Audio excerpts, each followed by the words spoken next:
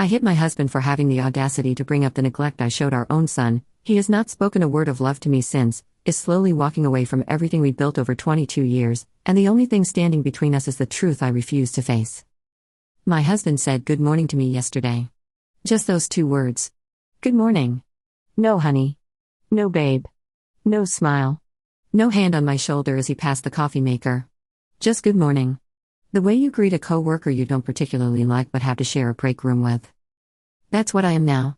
A coworker. In my own marriage. In the house we bought together 20 years ago. Where we raised a son. Where we built 22 years of something I thought was permanent. And I'm standing in my kitchen at 6 a.m. realizing that the man who used to kiss my forehead every morning now says good morning the way you say excuse me to a stranger on a bus. I did this. I need to say that before I tell you what happened. Because I've spent 8 months telling everyone else a different version. The version where my husband suddenly changed. The version where he got cold and distant for no reason. The version where I'm the confused wife wondering what went wrong. That version is a lie. I know exactly what went wrong. I hit him. I hit my husband. Across the face. In our kitchen. Because he said something true about me that I wasn't ready to hear. And he hasn't loved me the same way since. He hasn't loved me at all. Let me go back. My name is Vivian. I'm 47. My husband Philip is 49. We've been married 22 years. We have 1 son. Theo. He's 20. He's in college 3 states away, and he chose that school specifically because it was 3 states away from me. I didn't understand why at the time. I understand now. Philip is the kind of man that people describe in 3 words. Solid. Quiet. Reliable. He's a civil engineer. He builds things that hold weight. Bridges. Foundations. Retaining walls. I used to find that poetic. A man who builds things that hold weight married to a woman who... Well, let me keep going. Philip and I met at 25. Married at 27. Theo came at 29. Normal timeline. Normal life. Philip worked. I worked. I was in hospital administration. We split duties. He cooked 3 nights a week. I cooked 3. We ordered in on Fridays. Routine. Steady. The kind of marriage that doesn't make for exciting stories because nothing dramatic ever happens. Except I made something dramatic happen. Slowly. Over years. Without realizing what I was building. Or actually, without admitting what I was building. Theo was a sensitive kid. From the start. He cried easily. He felt things deeply. Loud noises scared him. New environments made him anxious. He'd rather sit in a corner with a coloring book than play with other kids at a party. He was quiet. Observant. Careful with his words the way some children are careful with their hands. Philip understood Theo. Immediately. Intuitively. Because Philip was the same kind of kid. He told me once, I was Theo. Quiet. Anxious. Afraid of getting things wrong. My dad pushed me and it made it worse. I don't want to do that to him. Philip was patient with Theo. He sat on the floor with him. He talked to him in low voices. He never raised his voice. Never rushed him. When Theo was afraid of the dark, Philip didn't say, there's nothing to be afraid of. He said, tell me what the dark feels like to you. And he listened. And then they got a nightlight together. A dinosaur one. Green. Theo picked it out. I didn't do any of that. I want to be clear about what I'm admitting here. I didn't hurt my son. I didn't scream at him. I didn't call him names. I didn't hit him. What I did was worse in a way that took me 20 years to understand. I withdrew. Theo needed patience and I gave him efficiency. He needed softness and I gave him schedules. He needed a mother who sat on the floor and I gave him a mother who stood in the doorway and said, come on. Let's go. We're late. When Theo cried I said, you're fine. When he was scared I said, there's nothing to be scared of. When he didn't want to go to a birthday party I said, you're going. It's good for you. When he wanted to show me a drawing I said, that's great honey. Put it on the fridge. Without looking up from my phone. I didn't mean to be cold. I wasn't cold with everyone. I was warm with Philip. Warm with friends. Warm with my coworkers and my sister and the women in my book club. But with Theo I couldn't find it. The warmth. It's like there was a door between me and my son and I could see him through the glass but I couldn't figure out how to open it. And instead of trying harder I just stood on my side and waited for him to come to me. He never came. Because children don't come to people who make them feel like an inconvenience. They come to people who make them feel wanted. And Philip made Theo feel wanted. I made Theo feel managed. The small things. The things I told myself didn't matter but did. Theo was 7. School play. He was a tree. One line. The tree says, the forest remembers. He practiced that line for 2 weeks. Every night. In the mirror. Philip watched every practice run and said, "You're going to be great, buddy." The night of the play I was late. Work meeting ran over. I got there during the second act. Theo's part was in the first act. I missed it. Philip's face when I sat down. Not angry. Disappointed. He said, he looked for you. In the audience. Before his line. He looked for you and you weren't there. I said, I couldn't help it. Work. Philip said, Vivian. He's 7. He had one line. He'll remember who was there and who wasn't. I said, he's 7. He'll forget by next week. Philip looked at the stage.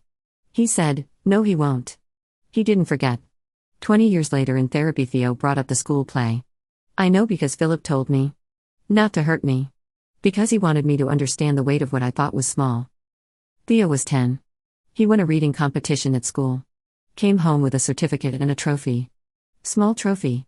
Plastic. Gold paint. He ran through the front door and said, Mom, I won. I was on a phone call. Work again. I held up one finger. The weight finger. He stood there holding his trophy while I finished a conversation about a budget report. When I hung up I said, that's great, sweetheart. What did you win? He said, reading competition. I read the most books in my grade. I said, good job. And I went to the kitchen to start dinner. Philip was sitting at the table. He'd been watching. He said, Vivian. He won a reading competition. Can you look at the trophy? I said, I saw it. I said, good job. Philip said, you said good job while walking away. He's still standing by the door. I turned around. Theo was still there. Trophy in his hand. Waiting. For something I hadn't given him. Attention. Real attention. The kind where you stop what you're doing and look at your child and let them feel like the center of the world for 60 seconds. I walked over. I said, show me. He showed me. I said, that's amazing. I'm proud of you. But it was late. He could feel the difference between the real thing and the performance of the real thing. Children always can. Theo was 13. He asked me to read a book he liked. A fantasy novel. He said, Mom, I think you'd really like it. Can you read it so we can talk about it? I said, sure. I put it on my nightstand. It sat there for 4 months. He asked me twice if I'd started it. I said, not yet. Busy. I never read it. Philip read it. In 3 days. He and Theo talked about it for a week. I heard them in the living room. Laughing. Discussing characters. Theories about the sequel. I heard my son animated and happy and engaged and I was not part of it. Not because I wasn't invited. Because I didn't bother to read 300 pages. Theo was 15. He started pulling away from me. Not dramatically. Gradually. The way a river changes course over time. You don't notice until the water isn't where it used to be. He stopped telling me about school. Stopped asking me to come to events. Stopped sharing things. When I asked how his day was he said, fine. When I asked if anything was new he said, not really. I told Philip, Theo is being distant. Philip said, he's not being distant. He's protecting himself. I said, from what? Philip looked at me for a long time. He said, Vivian. Think about it. I didn't think about it. I filed it under teenager stuff and moved on. Theo was 17. Junior year. He wrote an essay for English class. The prompt was, write about a person who influenced you most. He wrote about Philip. The teacher shared it at parent-teacher night. Philip and I both read it. The essay described a man who sat on floors. Who talked in low voices. Who listened to what the dark felt like. Who read a book in 3 days so he could talk to his son about it. Who never once said you're fine when his son said he was scared. Who showed up to every play and every game and every concert 20 minutes early so he'd be in the front row. The essay was about Philip. Only Philip. I wasn't mentioned. Not once. In 800 words about the person who influenced him most his mother did not appear. I said to Philip in the car, he didn't mention me. Philip was quiet. Then he said, I know. I said, should I be worried? Philip said, Vivian. You should have been worried a long time ago. I didn't pursue it. I should have. I should have sat down with Theo that night and said, I read your essay. I noticed I wasn't in it. Can we talk about why? That would have been the door opening. The beginning of repair. But I didn't open it because opening it meant hearing something I wasn't ready to hear. Theo was 18.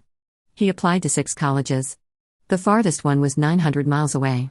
He got into all 6. He chose the farthest one. Philip told me later that Theo told him why. He said, "Dad, I love Mom. But I need to be somewhere where the distance isn't my fault. At home the distance is in the same room. At least if I'm 900 miles away there's a reason for it. The distance isn't my fault." My son needed to be 900 miles away so the emotional distance he felt from his mother could finally have a geographic explanation. Because the emotional distance had no explanation he could understand. He just knew that his father made him feel seen and his mother made him feel tolerated. Theo left for college. The house got quiet. Philip and I settled into the empty nest routine. Dinners alone. TV at night. Weekend errands. Surface conversation. We were fine. I thought we were fine. 8 months ago. A Saturday in October. Philip and I were in the kitchen. He was making coffee. I was going through mail. Normal morning. Philip's phone buzzed. He looked at it. Smiled. I said, "Who's that?" He said, "Theo." I said, "What did he say?" Philip read it to me. It said, "Dad, thanks for the care package. The cookies were perfect. Sarah and I ate the whole tin. Tell Mom I said hi." Tell Mom I said hi. Not, tell Mom thank you. Not, call Mom for me. Tell Mom I said hi. An afterthought. A postscript. A footnote in a message to his real parent. And something in me cracked. Not sadness. Something defensive. Something ugly. The same thing that rose in every mother who sees proof that her child loves someone else more and instead of asking why decides to be angry about it. I said, "He never texts me like that." Philip said, "He texts you." I said, "He texts me back." There's a difference. He initiates with you. He reaches out. He sends you things. He calls you. I get replies. Short ones. That's it. Philip sipped his coffee. He said, "Vivian. Can I say something honest?" I said, "What?" He said, "Theo's relationship with you is a result of how you showed up for him. I'm not saying that to hurt you. I'm saying it because it's true. And I've wanted to say it for 10 years. He's distant with you because you were distant with him first. He doesn't reach out because reaching out to you never felt safe. He learned young that your attention was conditional. That he had to catch you between tasks. That his feelings were inconvenient. And he adapted. He stopped reaching. And now you're upset that he doesn't reach." I felt heat in my chest. Not the productive kind. The defensive kind. The kind that says, "How dare you?" I said, "That's not fair." He said, "Vivian." He wrote an 800-word essay about the person who influenced him most and you weren't in it. That's not a teenager being dramatic. That's a child telling you the truth on paper because he couldn't tell you to your face. I said, "So it's my fault. Is that what you're saying? That my son doesn't love me because I'm a bad mother?" Philip said, "He loves you. He just doesn't feel loved by you. There's a difference. And I think if you're honest with yourself you know that. You know you pulled back from him. You know you made him feel like he was on your schedule instead of in your heart. You know you missed things. Not because of work. Because showing up for Theo required something you didn't want to give. Patience. Softness. Sitting on a floor. Reading a book you weren't interested in. Being bored with a 7-year-old story because being bored with your child is part of loving them. I said, "Stop." He said, "You missed his play. You walked away from his trophy. You never read the book. You." I hit him. Open hand. Across the left side of his face. Hard enough that his head turned. Hard enough that the sound filled the kitchen. Hard enough that the coffee in his hand sloshed over the edge of the mug and hit the counter. The kitchen went silent. Philip didn't move. He stood there with his head turned to the right. Coffee dripping off his hand. The red mark on his cheek forming in real time. He turned his head back slowly. He looked at me. Not shocked. Not angry. Something else. Something I'd never seen on his face in 22 years of marriage. Recognition. Like he was seeing me clearly for the first time. Like a lens had shifted and everything was in focus and what he saw wasn't new. It was just finally visible. He set the mug down. He wiped his hand on the dish towel. He said, "Okay." One word the same way our son says fine. The same way quiet people close a door. Not with force. With finality. He walked out of the kitchen. I heard him go to the bedroom. I heard the door close. Not a slam. A click.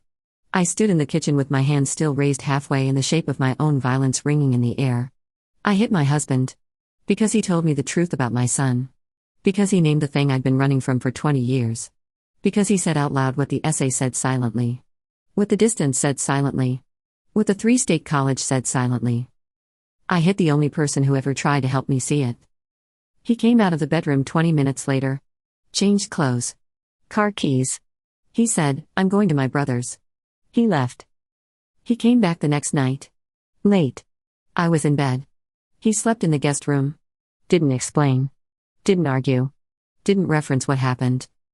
The next morning. Kitchen. He made coffee. I said, "Philip. Can we talk?" He said, "Good morning."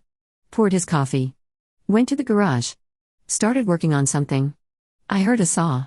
Then a drill. Then silence. That was the last real thing he said to me for 3 days. Good morning. The talking came back eventually. Logistics. Surface. Schedule. He'd say, "I'm going to the store. Need anything?" He'd say, "Dinner is at 6. He'd say, "The long guy is coming Thursday." He'd say, "Good night." Good night. Not "I love you." Not "sleep well." Not the kiss on the forehead that had been part of our routine for 2 decades. Just "good night." 2 words. Same tone as "good morning." Same distance. Same bus stranger energy. I tried to break through. I cooked his favorite meal. He said, "This is good. Thanks." I bought him a book he'd mentioned. He said, "Thanks. I'll read it." I tried to hold his hand on the couch. He didn't pull away. But he didn't hold back. His hand just sat there. Like a piece of furniture. Week 3. I said, "Philip. I'm sorry. For hitting you." He looked at me. He said, "I heard you." I said, "Can we move past this?" He said, "I'm not sure what moving past it looks like." I said, "It looks like us. Like before." He said, "Before was me not saying the thing and you not hearing it. Is that what you want to go back to?" I said, "I want to go back to when you loved me." He said, "I didn't stop loving you, Vivian. I stopped performing it. There's a difference." That sentence. I stopped performing it. Meaning every "I love you." Every kiss. Every hand on my shoulder. It was real, but it was also a performance. A choice he made every day to show love to a woman who hit him when he tried to help her. A woman who hadn't shown the same love to her own son. And now the performance was over. Not the love. The performance. The effort of making love visible when the person receiving it didn't earn it. Month 2. Theo called. Philip put it on speaker at dinner. They talked for 40 minutes. School. A project. Sarah. A professor Theo liked. Philip laughed. Asked questions. Engaged. Theo said, "Tell Mom I said hi." Philip looked at me. He said, "She's right here. You can tell her yourself." Theo paused. He said, "Hey Mom." I said, "Hey sweetheart. How are you?" He said, "Good." He was quiet for about 4 seconds. Then he said, "Well, I gotta go.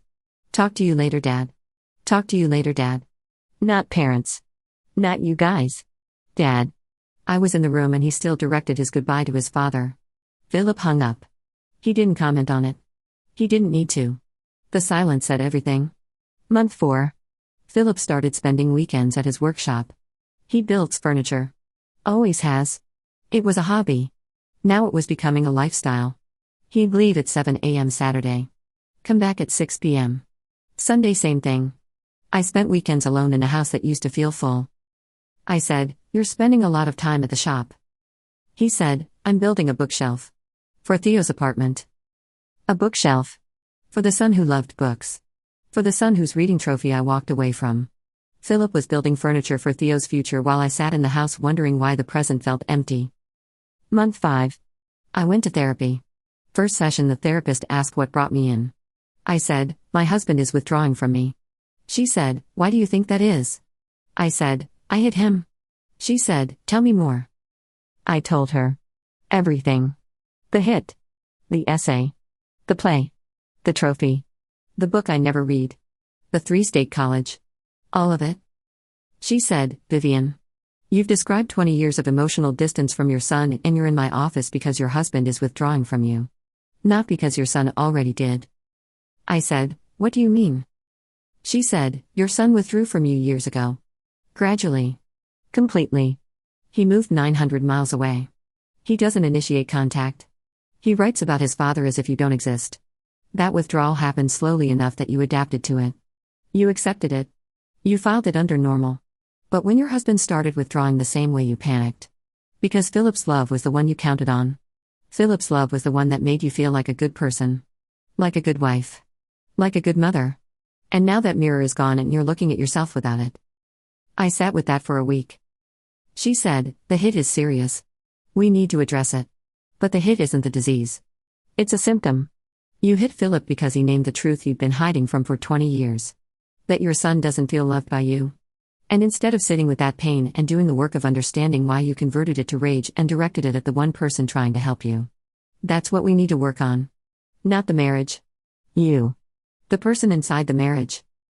Month 6. Philip told me he'd been talking to Theo about what happened. I said, you told him I hit you. He said, no. I told him we're going through a rough patch. He figured out the rest. I said, how? He said, because Theo is perceptive. He always has been. He asked me if it had to do with him. I said partly. He asked if you were okay. I said I hope so. He asked if I was okay. My son. The one I couldn't sit on a floor for. The one I walked away from. The one whose essay erased me. He asked his father if I was okay. I said, he asked about me. Philip said, he always asks about you, Vivian. Every call. Is mom okay? Is mom eating? Is mom sleeping? He asks about you every single time. He's been asking about you since he left for college. The difference isn't that he doesn't care. The difference is he doesn't know how to show it to you because you never showed him how. I broke. Finally. Not the defensive breaking. The real kind. The kind where you stop protecting yourself from the truth and let it come in. He doesn't know how to show it because I never showed him how. I taught my son that love looks like efficiency. Schedules. Good job while walking away. One finger in the air while finishing a phone call. I taught him that a mother's attention is something you compete for. Something you have to earn. Something that comes with conditions and timing and availability. And he learned. He learned so well that at 20 years old the best he can do is, tell mom I said hi. Month 7. I wrote Theo a letter. Not a text. Handwritten. I told him I was sorry for the play. For the trophy. For the book. For every time I said you're fine when he wasn't. For every time I chose my phone over his face. For every time I stood in the doorway instead of sitting on the floor. I said, I don't know when I became this person. Or maybe I always was this person and you saw it before I did. But I'm trying now. Late. Badly. Imperfectly. But trying. He didn't respond for 2 weeks. Then a text. Short. He said, I got the letter. Thank you for writing it. That means something. That means something. Not I forgive you. Not let's talk. Not I love you, Mom. That means something. From a 20-year-old who taught himself to ask for nothing from his mother because nothing is what he expected. Month 8. Now. Philip and I are still in the house. Same kitchen. Same coffee maker. Same good morning. He hasn't asked for a divorce. He hasn't mentioned separation. He hasn't packed a bag. He's just less. Every day. A little less present. A little less warm. A little less there. He still cooks 3 nights a week. He still mows the lawn. He still says good night. But the space between his words and his meaning gets wider every day. He's in the house but he's not in the marriage. He's fulfilling a contract. Not living a life. I asked him last week. I said, Philip, do you still love me? He was sanding a piece of wood in the garage. He didn't stop sanding. He said, I love who you could be. I'm waiting to see if she shows up. I love who you could be. Not who you are. Not who you were.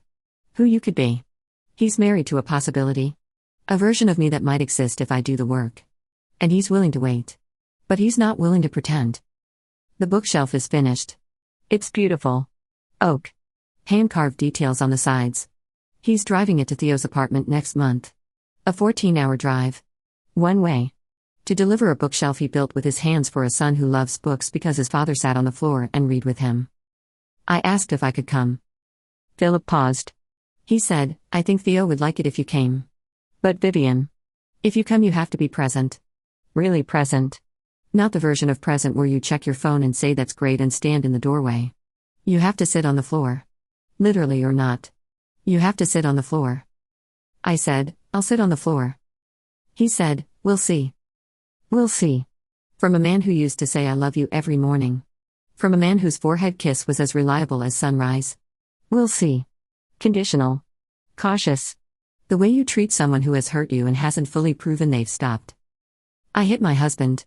I neglected my son. I spent 20 years standing in doorways instead of walking through them.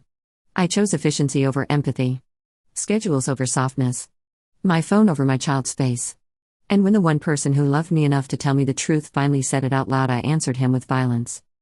Philip builds things that hold weight. Bridges. Foundations. Retaining walls. He's been the retaining wall of this family for 22 years. Holding everything in place.